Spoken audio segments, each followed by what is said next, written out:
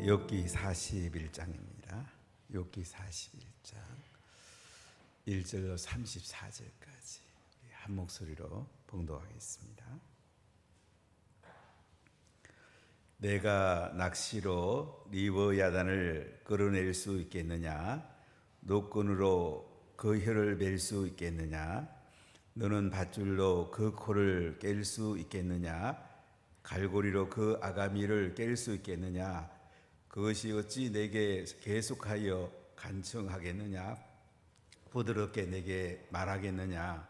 어찌 그것이 너와 계약을 맺고 너는 그를 영원히 종으로 삼겠느냐?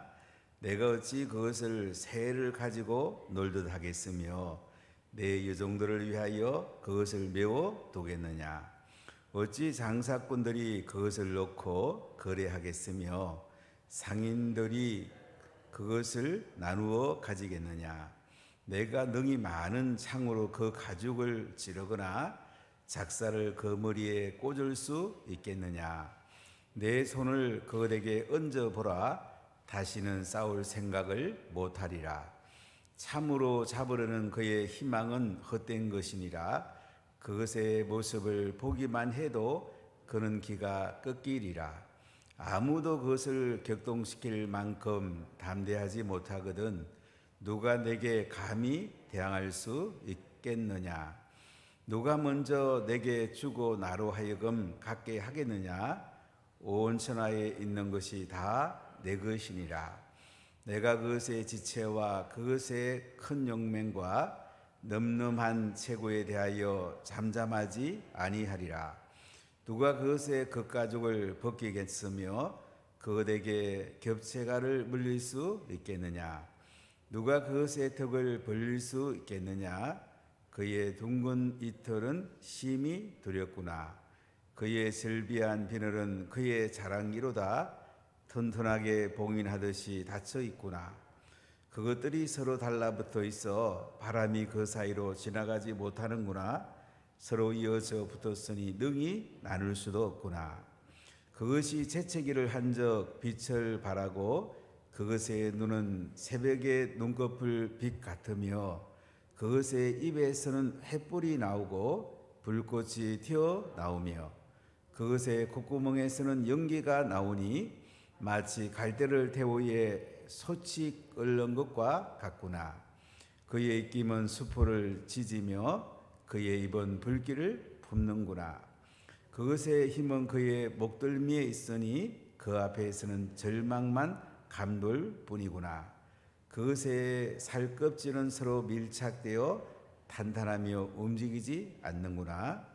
그것의 가슴은 돌처럼 튼튼하며 맷돌 아래짝같이 튼튼하구나. 그것이 일어나면 용사라도 두려워하며 달아나리라. 칼이 그에게 꽂혀도 소용이 없고 창이나 도창이나 화살촉도 꽂히지 못하는구나. 그것이 죄를 지푸라기같이 노를 썩은 나무같이 여기니 화살이라도 그것을 물리치지 못하겠고 물맷돌도 그것에게는 겨같이 되는구나.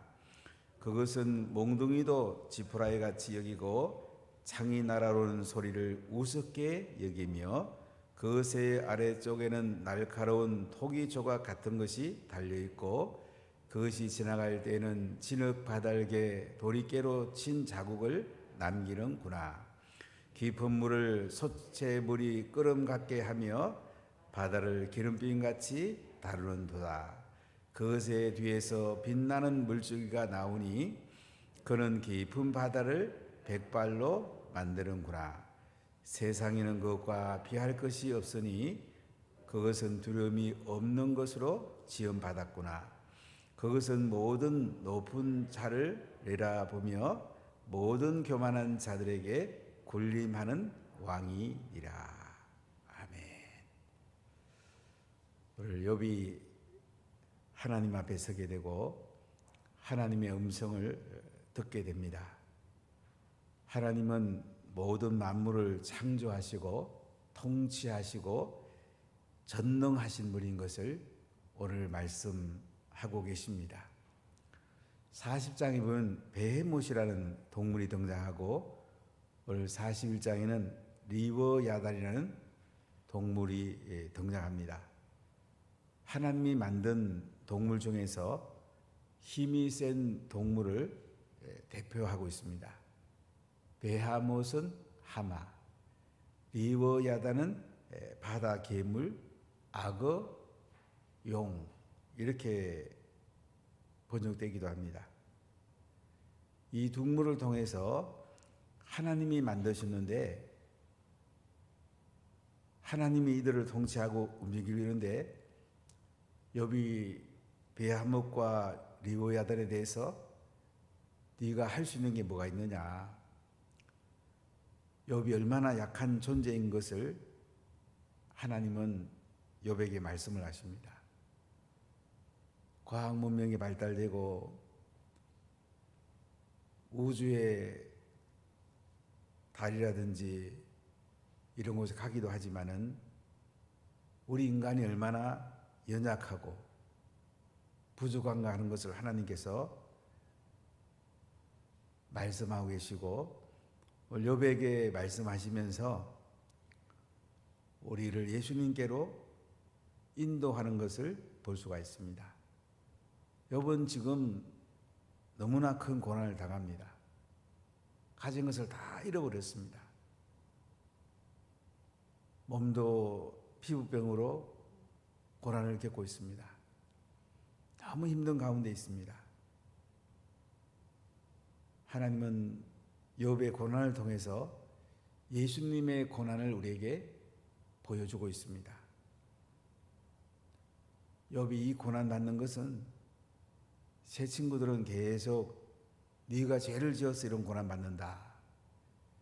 인과응보, 권성진학적인 관점에서 이야기합니다. 욥은 나는 아니야. 내가 죄 지어서 이런 고난 받는 거 아니야. 엘리후가 욥을 하나님 앞으로 인도합니다. 엘리후는 세례요한의 역할을 한다고 보면 됩니다. 이제 마지막 하나님이 나타나시죠. 38장에서 42장까지 하나님 앞에 욥은 서게 됩니다. 하나님 앞에 서 보니까 얼마나 부족한지, 하나님 앞에 할 말이 뭐가 있겠습니까? 하나님 앞에 죄인이 아닌 사람이 누가 있겠습니까? 하나님 앞에 우리가 할 수 있는 게 뭐가 있겠습니까? 우리가 하나님 앞에 깊이 서는 것이 고난 가운데 가장 중요합니다. 하나님 앞에서는 모든 해답이 있습니다. 하나님은 그 아들 예수님을 이 땅에 보내서 내가 십자가에 죽어야 되는데 예수님이 십자가에 죽으심으로 예수님이 그리스도가 되시고 하나님의 아들이신 것을 우리에게 보여주셨습니다. 무덤에서 3일 만에 부활하셨고 지금 예수님은 하나님 보좌 우편에 앉아 계시고 우리에게 성령을 보내주셔서 우린 성령 안에 살고 있습니다. 성령 안에는 모든 해답이 있습니다.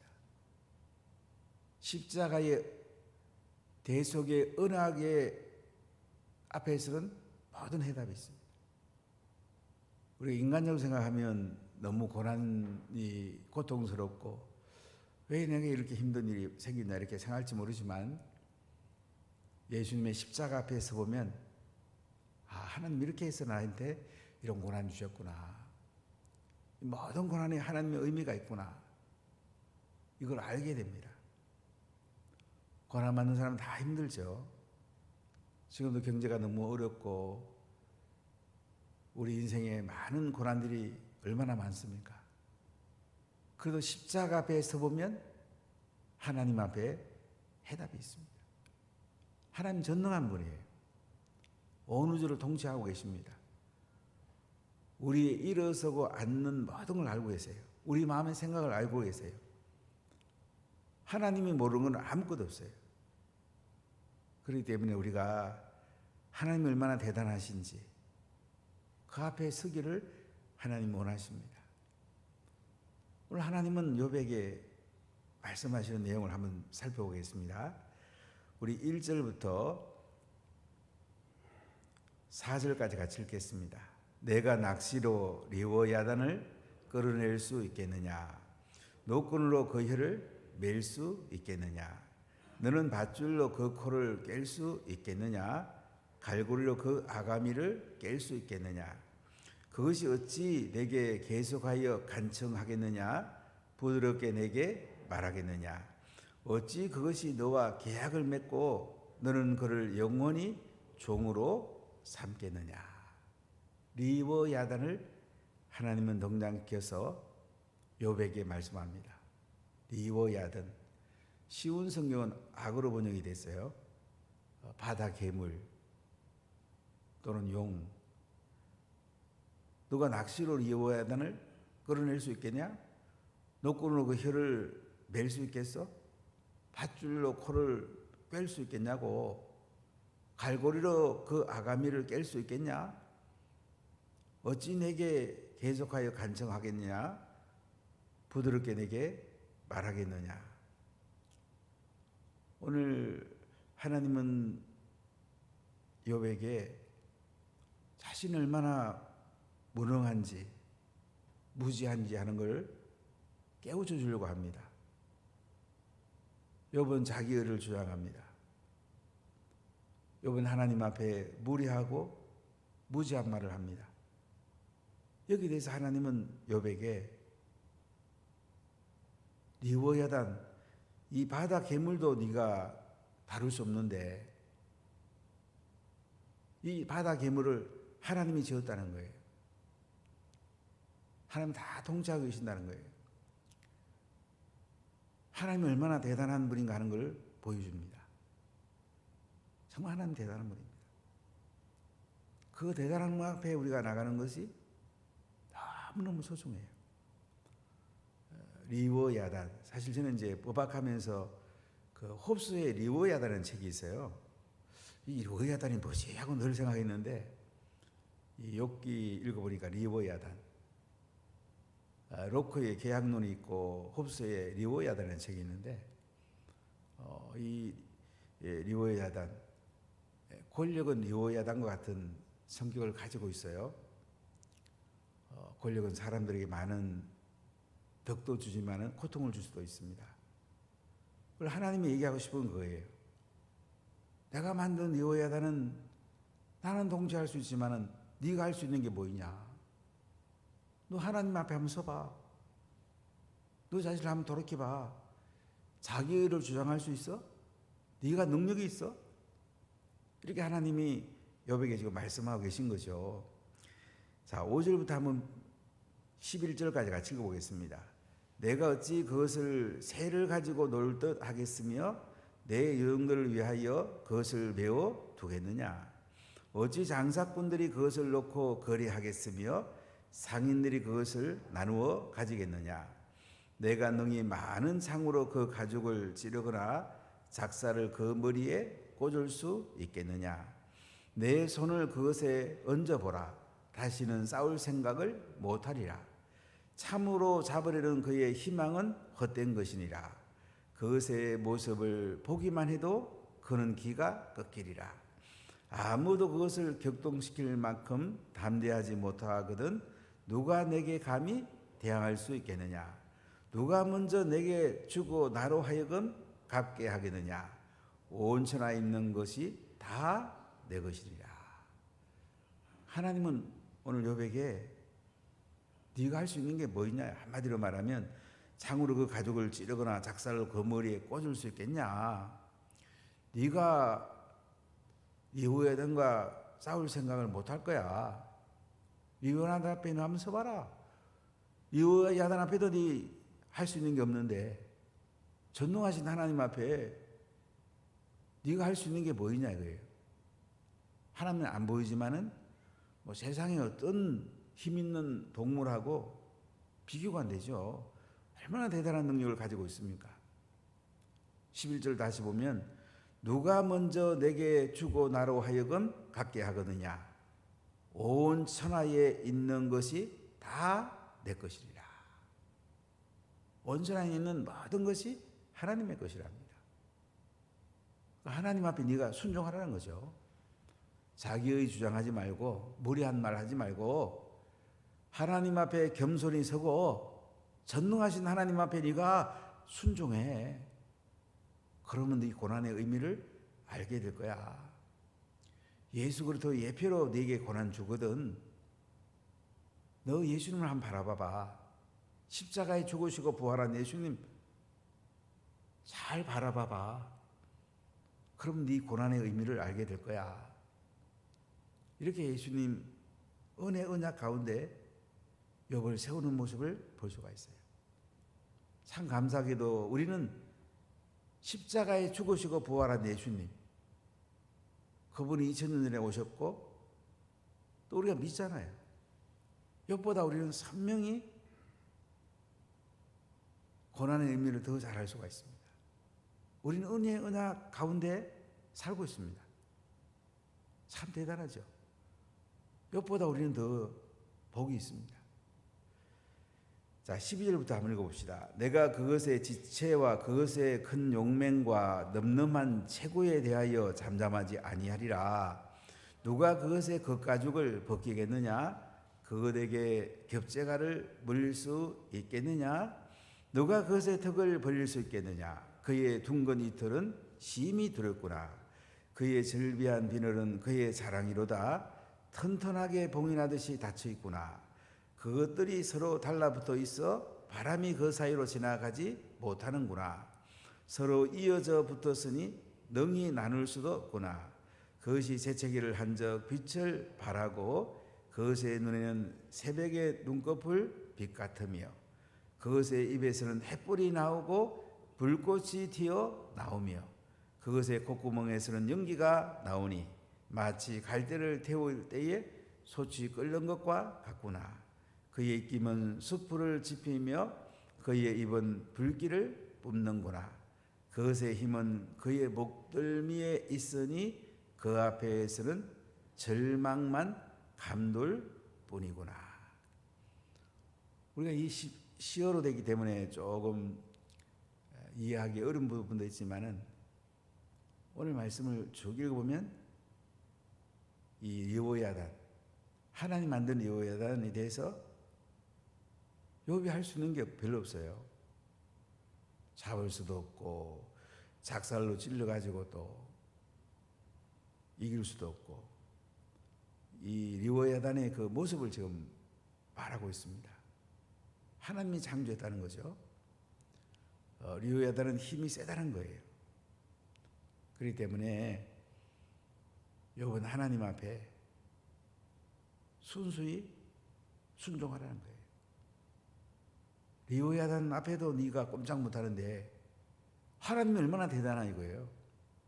그 앞에 네가 어떻게 꼼짝해. 절망만 있을 뿐이야. 여호야단 앞에도 절망만 있을 뿐인데 하나님 앞에 서봐. 죄에 가진 모습으로 서봐. 절망밖에 없어. 그래서 우리가 예수님을 믿는 거예요.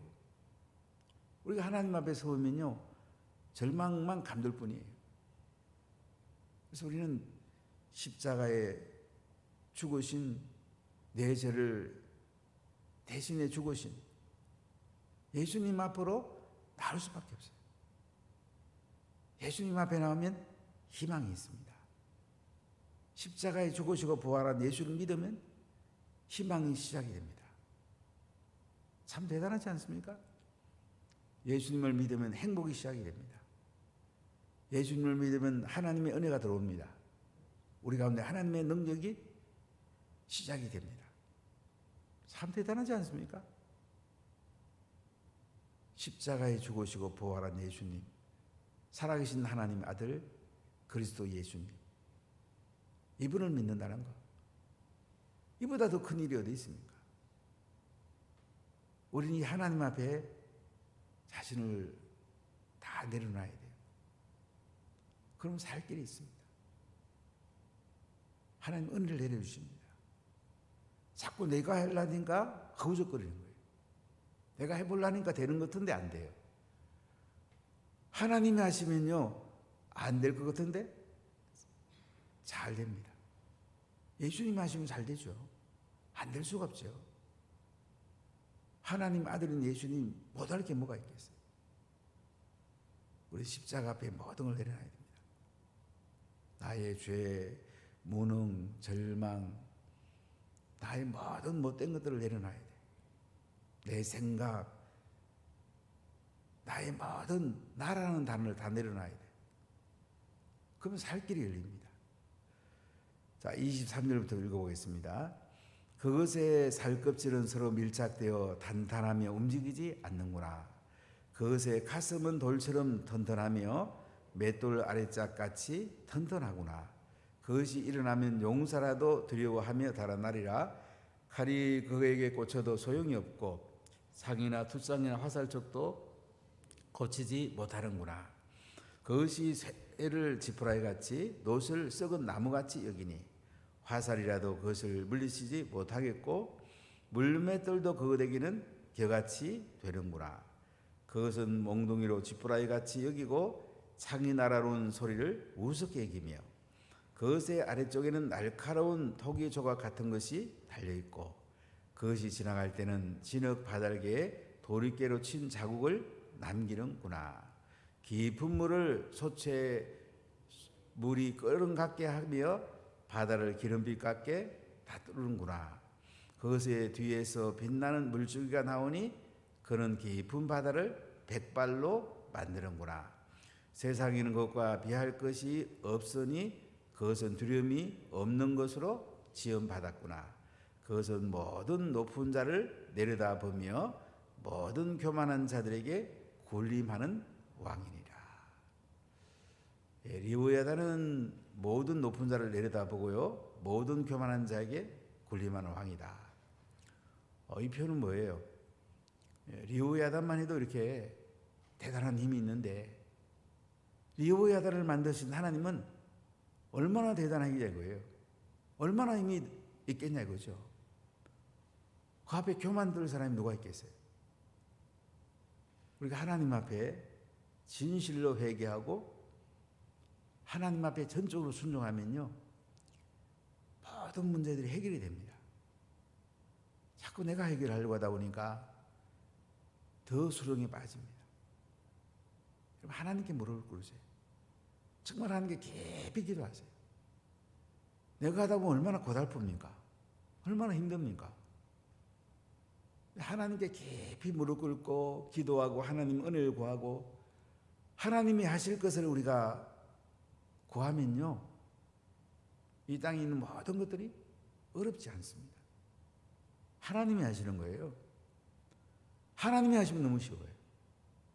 자꾸 내가 하려니까 절망에 빠지고 그것도 교만에 빠지고